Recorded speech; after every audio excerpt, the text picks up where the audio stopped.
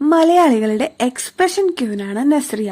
ബാലതാരമായി കടന്നു വന്ന നസ്രിയ അവതാരികയായും ഗായികയായും നായികയായും മലയാളികളുടെ ഹൃദയത്തിലേക്ക് ചേക്കേറുകയായിരുന്നു. പിന്നീട് മലയാള സിനിമയിലെ മുൻനിര നായക ലിസ്റ്റിലേക്കും എത്തിച്ചേർന്നു.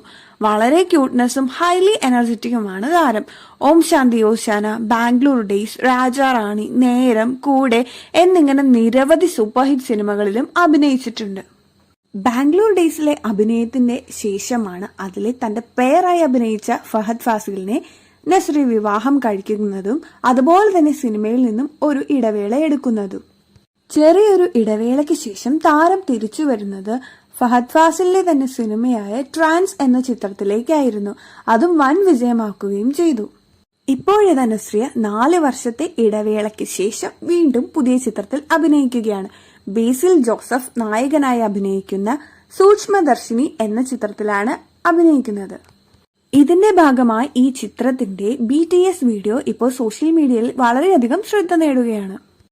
ബേസിൽ ജോസഫിന്റെയും അതുപോലെ തന്നെ നസ്രിയ നാസിമും കുറച്ച് സഹപ്രവർത്തകരും കൂടി ഒരുക്കിയ ഈ വീഡിയോയിൽ നസ്രിയ നാസിമിന്റെ പെരുമാറ്റത്തെക്കുറിച്ച് ഒരുപാട് വിമർശനങ്ങളാണ് ഇപ്പോൾ വന്നുകൊണ്ടിരിക്കുന്നത്. പണ്ടത്തെ പോലെ ക്യൂട്ട്നെസ് നാച്ചുറൽ ആയിട്ട് വരുന്നില്ല, അതുകൊണ്ട് കൃത്രിമമായി സൃഷ്ടിക്കുകയാണ് എന്നൊക്കെയാണ് വിമർശകർ പറയുന്നത്. പണ്ടൊക്കെ നസ്രിയനെ കാണാൻ വളരെ സുന്ദരിയായിരുന്നു, പക്ഷെ ഇപ്പോൾ എന്തൊക്കെയോ കോലങ്ങൾ കെട്ടി ഒരുമാതിരി ഒരു ലുക്കിലൊക്കെയായി. ഇതിനെ ഭ്രാന്തെന്നൊന്നും പറയില്ല, അതുക്കും മേലെ എന്നൊക്കെയാണ് കമന്റ്സ് ഒക്കെ ആയിട്ട് വരുന്നത്. ഇതുമാത്രമല്ല, ഭയങ്കര ക്രിഞ്ചാണ്, ഓവർ ആക്ടിംഗ് ആണ്. അതുപോലെ ഞങ്ങളുടെ ഫഹദ് ഫാസിലിനെ കാത്തോളിനെ ഈ തളക്ക് ഇതുവരെ പ്രായമായതൊന്നും അറിയാൻ പറ്റിയില്ലേ എന്നൊക്കെ നിരവധി മോശം കമന്റ്സ് ആണ് വരുന്നത്.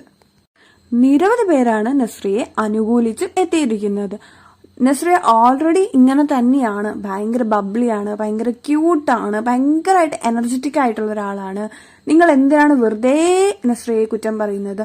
അത് അവരുടെ ലൈഫാണ്.